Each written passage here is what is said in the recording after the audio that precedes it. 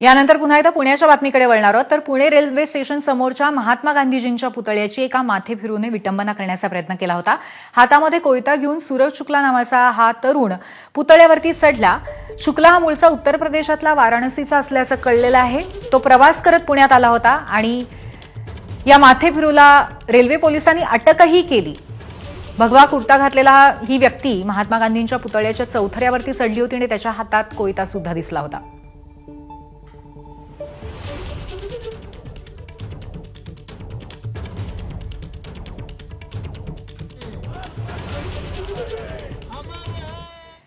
गांधीजींच्या पुतळ्याची विटंबना झाल्यानंतर पुणे काँग्रेसकडनं निषेध आंदोलन करण्यात आलं. काँग्रेसकडनं गांधीजींच्या पुतळ्याला दुग्धाभिषेक करण्यात आला.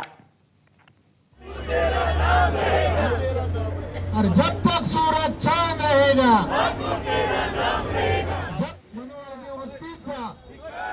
महात्मा गांधींच्या पुतळ्याची विटंबना करणाऱ्या मनुवादी युक्तीचा धिक्कार असो, धिक्कार असो.